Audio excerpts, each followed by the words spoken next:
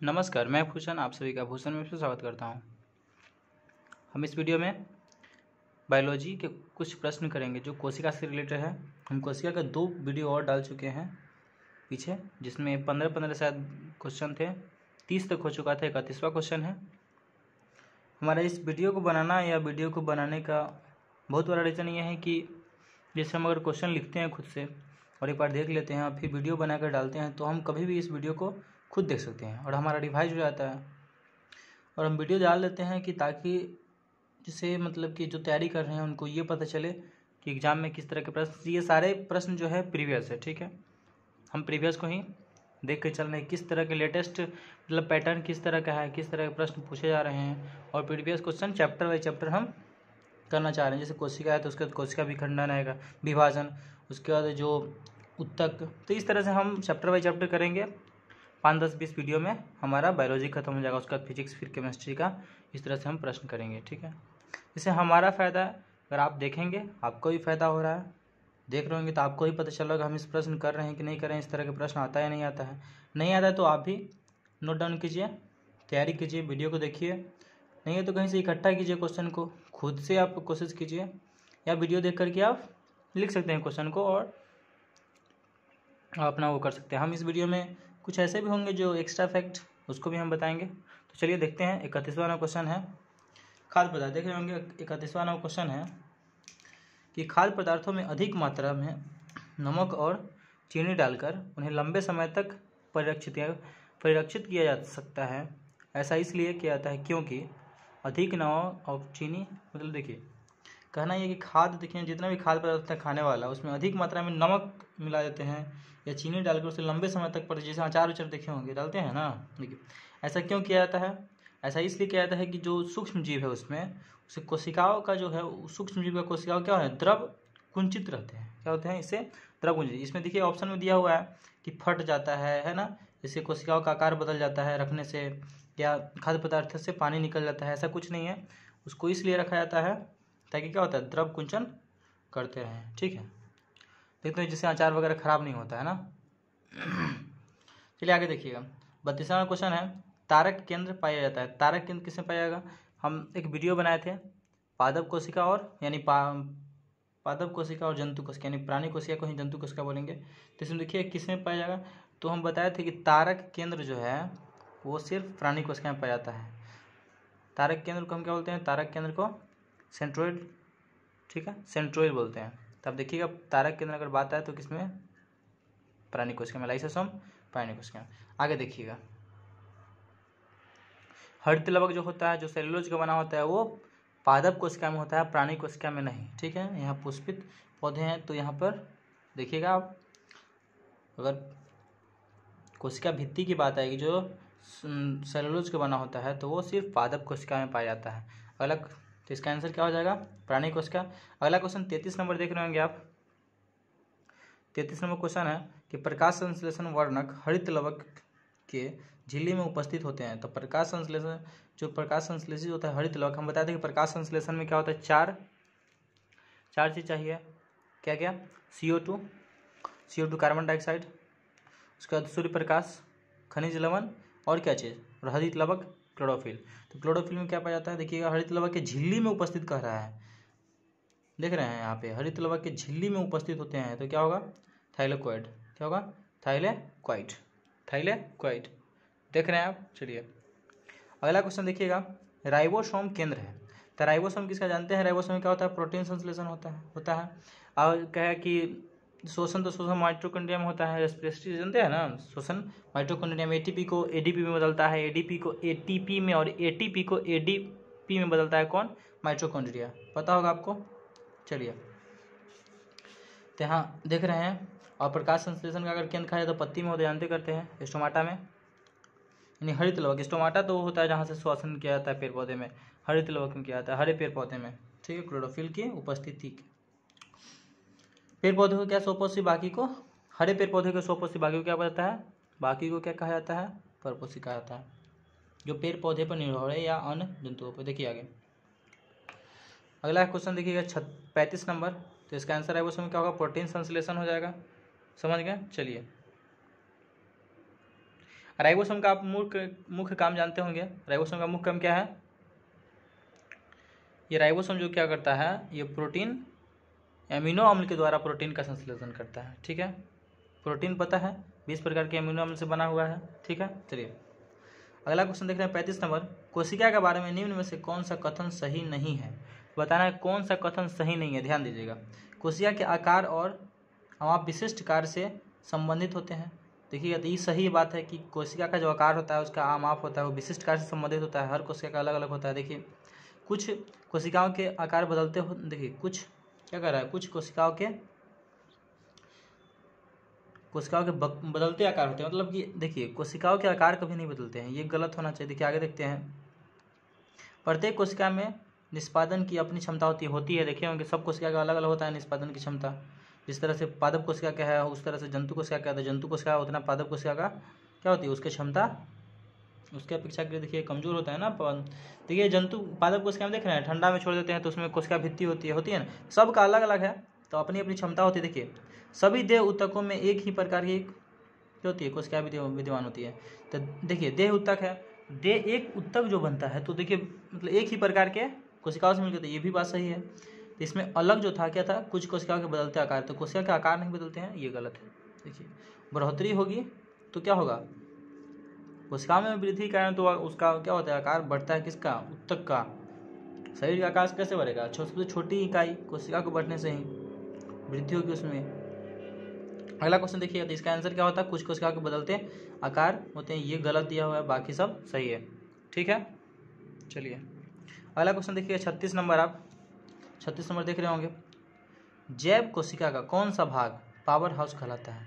देखिए जैव कोशिका, जैव मतलब जीवित कोशिका। जैव का बात करेंगे तो यहाँ पर क्या होगा, जीवित कोशिका के बारे में बात किया जाएगा। ठीक है, तो जीवित कोशिका, जैव मतलब वही जीवित या एनिमल सेल की, जैव मतलब एनिमल की बात करिए आप, पादप के बारे में नहीं। ठीक है, तो यहाँ पर कह रहा है कि जैव मतलब आप कहिएगा जीव के बारे में, जीव मतलब एनिमल के बारे में। ठीक है, एनिमल, जैव कोशिका जहाँ आएगा तो आप समझ जाइए क्या चीज़, एनिमल के बारे में, यानी जंतु कोशिका के बारे में बात हो रहा है। ठीक है, प्राणी कोशिका के बारे में। प्राणी कोशिका कौन सा पावर हाउस कहलाता है? तो पावर हाउस जैसे देखिएगा तो आप तो समझ जाइएगा, अरे पावर हाउस है तो क्या होगा, माइटोकॉन्ड्रिया। माइटोकॉन्ड्रिया ही क्या होता है, इसे कोशिका का क्या कहता है, ऊर्जागिरी कहा जाता है। यही एडीपी को एटीपी में और एटीपी को एडीपी में, यही वहाँ शोषण का केंद्र यही है। ठीक है, अब प्रोटीन संश्लेषण क्या है केंद्र, राइबोसोम है। मतलब राइबोसोम में प्रोटीन, हाँ मतलब प्रोटीन संश्लेषण केंद्र पूछा जाता है राइबोसोम, और शोषण केंद्र तो माइटोकॉन्ड्रिया, यही इसी को बोलता है पावर हाउस। पावर हाउस मतलब यहाँ ऊर्जागिरी।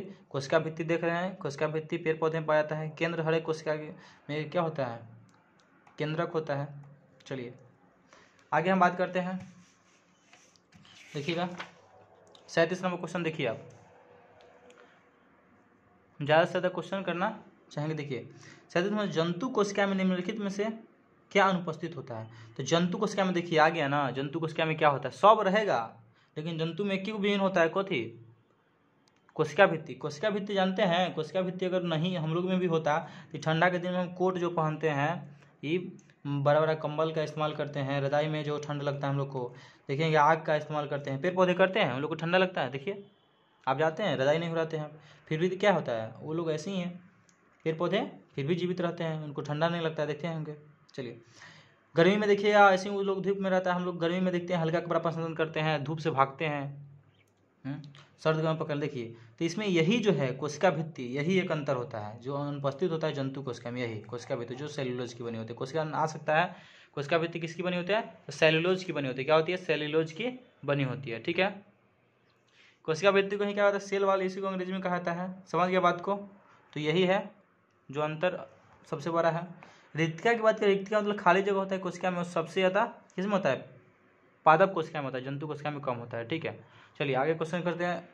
नॉट मतलब नॉन ऑफ दिस, आगे क्वेश्चन देखिए, आंसर इसका होता है सेल्यूलोज की कोशिका भित्ति। अगला देखिएगा, गोल्जी का है, गोल्जी का अंतर्द्रव्य जलकाय से उत्पन्न होती है। देखिए आंसर ही लिखा गया है यहाँ पर, होता है गोल्जी का डैश डैश से उत्पन्न होती है।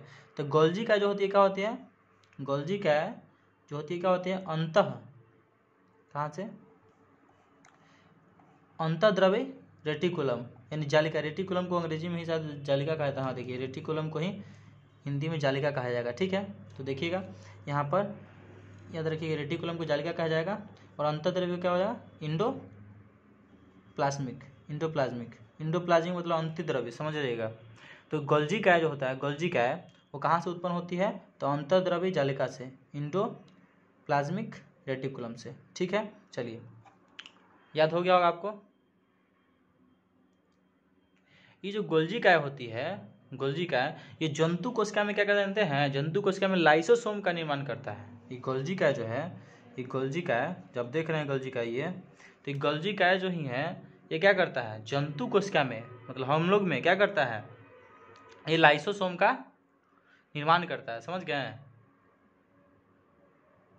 चलिए अगला क्वेश्चन हम बात करते हैं। फिर कोशिका भित्ति के बारे में जानते हुए करते हैं। तुरंत पिछला क्वेश्चन में देखे हैं, सेलुलोज का बना होता है, पूछ देगा क्या चीज़ का बना होता है, सेलुलोज का बना होता है, किस में पाया जाता है, तो पादप कोशिका में। ये भिन्नताएं हैं, भिन्नता स्पष्ट करेगा कि हाँ किस में, मतलब कि अंतर स्पष्ट करने के लिए बहुत अच्छा एग्जाम्पल है। देखिए आगे, तो अंतःद्रव्य रेटिकुलम हो गया, समझ गए। देखिए अगला क्वेश्चन 39 नंबर, निम्नलिखित में से वे एकमात्र क्या है, वे एकमात्र पादप कोशिका कौन सी है जो बिना न्यूक्लिक यानी क्या न्यूक्लाइड है, क्या है, बिना न्यूक्लिक या न्यूक्लाइड है। ठीक है, न्यूक्लाइड, बिना न्यूक्लाइड, जो बिना न्यूक्लाइड के है। तो निम्न में से कौन सा एक पादप कोशिका है, कौन सा एक पादप कोशिका है, बताना है कि पादप का ही कोशिका है, समझ गए। तो पादप कोशिका है जो क्या है, कोशिकाएं बहुत प्रकार के होते हैं, हम पढ़ेंगे आगे, देखेंगे उससे संबंधित प्रश्न आ गए। देखिए तो एकमात्र क्या है, वे एकमात्र पादप कोशिका है जो बिना न्यूक्लिक यानी न्यूक्लाइड के है। तो आप क्वेश्चन देख रहे होंगे, तो आंसर इसका हो जाएगा क्या चीज, वाहिनी, वाहिनी कोशिका। क्या होता है, वाहिनी कोशिकाएं। आंसर क्या हो जाएगा, वाहिनी कोशिकाएं। ठीक है, वाहिनी कोशिकाएं एक ऐसा पादप कोशिका है जो बिना क्या है, न्यूक्लाई के है। ठीक है, बिना न्यूक्ली के है। अब बात देखिए, इसमें छोटा रोम का नाम जानते होंगे, जैसे कोई भी पेड़ पौधे का जड़ उखाड़ते होंगे, देखेंगे उसमें पतला पतला धागा नियर होता है ना, जड़, उसी को हम रोम कहते हैं, समझ गए। चलिए, तो ये रोम कोई कोशिका नहीं है, ये एक जानवर करते होंगे क्या है, ये किसी भी पौधों का उखाड़ते हैं तो उसके पतला पतला जड़ के नीचे जो धागा नियर जो होता है वही क्या होता है, इसको हम रोम कहते हैं। देखिए आगे,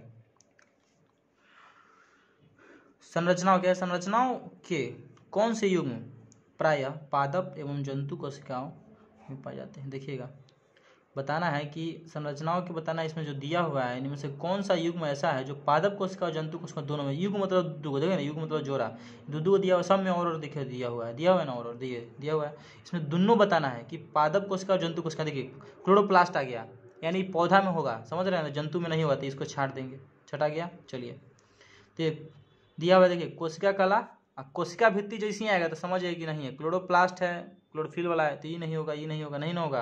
और फिर देखिए कोशिका भित्ति आ गया ना जी, कोशिका भित्ति हो में है तो नहीं होगा, तो आप छाट दीजिएगा, नहीं कुछ समझ में आए तो छाट दीजिए। देखिए कि कौन पादप वाला में है, तो पादप वाला में ई है, तो ये नहीं, जंतु में नहीं होता है।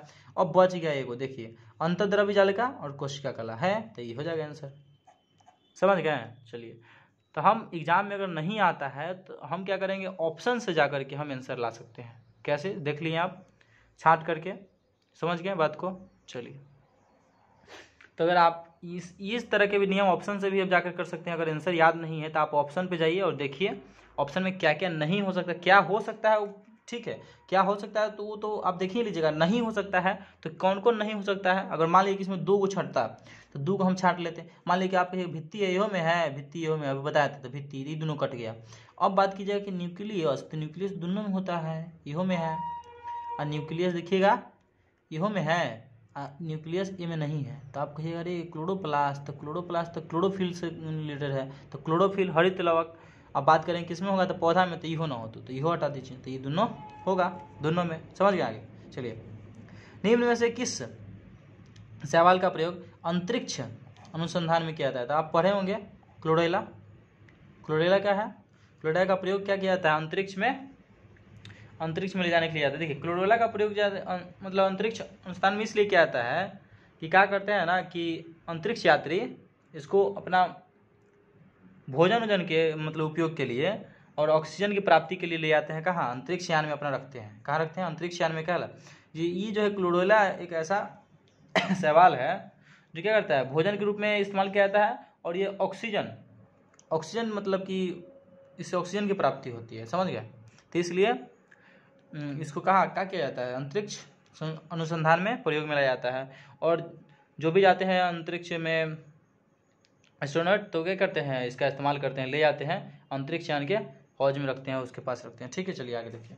पके हुए टमाटर का लाल रंग किसकी उपस्थिति कारण होता है? आप लाइकोपिन पढ़े होंगे। देखिए, तो पर्णहरित क्लोरोफिल कहते हैं, ये तो नहीं होगा। हार्मोन नहीं होगा, विटामिन कम नहीं होता है। देखिए, इसे भी आपको याद रखना पड़ेगा, इसे छोटा छोटा क्वेश्चन होता है। लाइकोपिन, अब अंग्रेजियों को क्योंकि लाइकोपिन का भी दूसरा नाम दे देता है, समझ गए हैं, लाइकोपिन का भी दूसरा नाम दे देगा, तो आपको उसको भी याद करना बहुत जरूरी है। जैसे देख रहे होंगे क्या दिया हुआ है, कैरोटीनाइड। ठीक है, तो ये ना है, जैसे कि देखिए कैरोटीनोइड, ठीक है, कैरोटीनाइड, तो आप याद रखिएगा कैरोटीनोइड। ठीक है, तो लाइकोपिन का ही नाम है ये, आप देख रहे हैं। अगला देखिएगा देखिए, अगर इसमें छोटी छोटी चीज़ के बारे में देखते हैं, तनी तनी को दिया हार्मोन दिया था। हार्मोन जानते होंगे, हार्मोन क्या है, ये हमारे शरीर को मतलब कि विभिन्न क्रियाओं को संपादित करने में, नियंत्रित करने में काम देता है, और शरीर को वृद्धि और विकास करने में हार्मोन जो है क्या करता है। देखिएगा, बाल का किसी का मूंछ नहीं आता, दाढ़ी वगैरह नहीं आता, तो हार्मोन की कमी से हो जाता है। ठीक है, हार्मोन कम है ओकरा में। विटामिन जानते हैं, तो विटामिन जो है ना, 1922 में फंक एकरा खोज किया था विटामिन का। कौन किया था?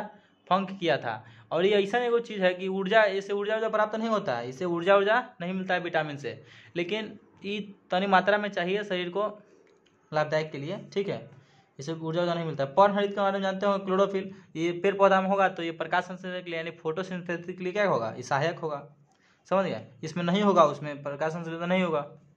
चलिए आगे देखते हैं। 1831 ईस्वी में एक कोशिका में क्या है, एक कोशिका में केंद्रक की खोज किसने की थी? हम बताए थे पिछले वीडियो में, वो क्वेश्चन आया था, रॉबर्ट ब्राउन। मतलब केंद्रक का खोज कौन किया था? तो कोशिका का खोज आएगा तो कौन मानिएगा आप, कोशिका का खोज कौन? Robert Hooke. कब? 1665 ईस्वी में। देख लिया था, कोठरी नुमा था, तो वो कह दिया कि नाम दे दिया है पहले, कौन?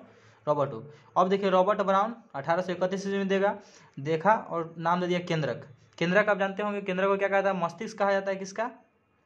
कोशिका का मस्तिष्क केंद्रक कहा जाता है। और केंद्रकों के अंदर होता है क्या होता है? केंद्रिका होता है। ठीक है, चलिए, तो आप जान गए रॉबर्ट ब्राउन। रॉबर्ट हुक तो कोशिका का क्या था, यहाँ कोशिका में केंद्रक का बात करें तो रॉबर्ट ब्राउन। कौन? Robert brown. ये चार्ल्स डार्विन का अगर बात करिएगा तो चार्ल्स डार्विन सुने होंगे नाम। चार्ल्स डार्विन क्या किया था? प्राकृतिक चयन सिद्धांत का खोज किया था। अब मेंडल के बारे में तो जानवे करते होंगे। अनुवांशिक का पिता कहा था, अनुवांशिक का पिता। स्लाइडेन एवं स्वान जानते होंगे, कोशिका का सिद्धांत दिया था। स्लाइडेन एवं स्वान भी कोशिका का सिद्धांत दिया था। कब दिया था? 1800 कोशिका का सिद्धांत दिया था, तो दिया था 1831 में, ई 1839 में। कब? स्लाइडेन एवं स्वान दोनों ने कोशिका सिद्धांत, क्या देखिए, कोशिका सिद्धांत, सेल थ्योरी, कोशिका सिद्धांत कब दिया था? 1839 में। ठीक है, तो 39 या 1831 में ब्राउन और 1665 में कौन? Robert Hooke. याद हो गया।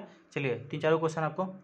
सेलोज भित्ति, देखिए सेलोज भित्ति किसके सेलों में पाई जाती है? तो अभी बताएं, सेल मतलब वही कोशिका, तो केकरा में पाया जाता है? तो पशु तो न, फंजाई तो न, कौन में? पौधा में। बताया है ना अभी, सेलोज भित्ति, सेलोज की बनी एक कोशिका भित्ति होगा, यहाँ कोशिका भित्ति।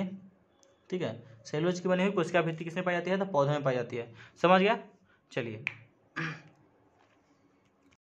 ठीक है, तो 46 तक हो गया और 44 तक 45 से करते हैं, फिर 45 से 50 तक हम करेंगे इस वीडियो में। देखिए, कह रहा है क्या? डम्बेलाकार क्या है?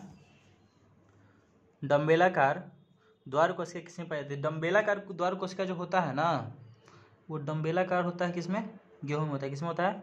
गेहूं में होता है। किसमें? गेहूं में। आगे देखिए, कोशिका किसके कारण क्या होती है? अस्फीत होती है। क्या होती है? अस्फीत होती है, अस्फीत। तो कोशिका किसके कारण होता है? तो अंतःपरासरण कारण। क्या होता है? अंतःपरासरण कारण क्या होती है? कोशिका अंतःपरासरण के कारण क्या हो जाती है? अस्फीति हो जाती है। अस्फीति क्या होती है? अस्फीति हो जाती है।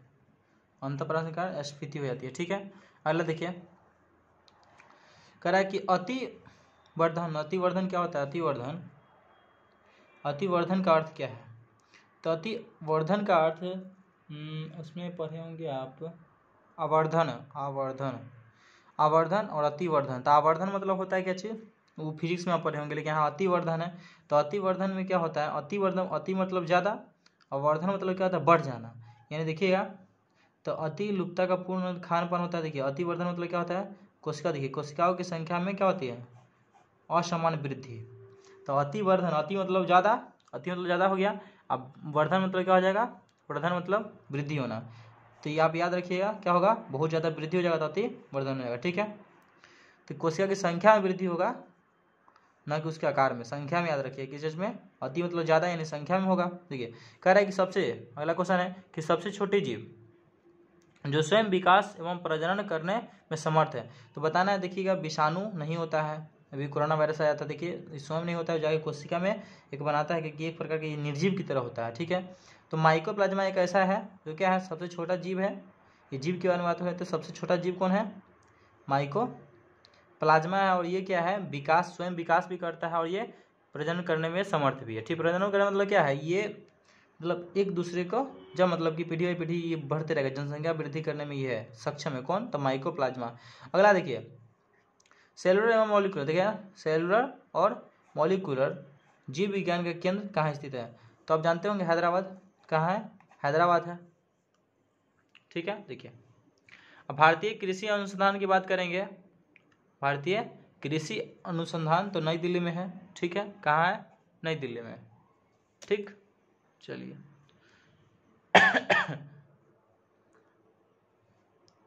और आयुर्वेद अगर विज्ञान की बात करेंगे, भारतीय आयुर्वेद विज्ञान संस्थान, तो वो भी नई दिल्ली में। कहाँ है, नई दिल्ली में। ठीक है, चलिए अगला क्वेश्चन देखिएगा। जीवन की मूलभूत इकाई जानवे करते हैं, यूनिट सबसे छोटा कौन है, कौन है, कोशिका है। कौन है, कोशिका है। ये क्रियात्मक भी है और संरचनात्मक भी इकाई क्या है, कोशिका है। ठीक है, देख लो जिसको सेल कहते हैं। कोशिका, कोशिका, कोशिकांग बहुत होता है, जानते हैं ना, कोशिकांग बहुत मतलब, कोशिकांग मतलब कथी, कोशिका जो चीज़ से मिलकर बना हुआ है, जैसे राइबोसोम, लाइसोसोम का तारक केंद्र हो गया, केंद्रक हो गया, केंद्रिका हो गया, फिर बहुत सारा अंतर्जालिका है, क्या क्या है। चलिए ठीक है, फिर अगले वीडियो में हम जस्ट अभी एक और वीडियो करेंगे, ज़्यादा लंबा वीडियो नहीं करना चाहते, उसमें 51 से हम लास्ट करेंगे, कोशिका चैप्टर आज खत्म करेंगे। ठीक है, चलिए बाय, टेक केयर।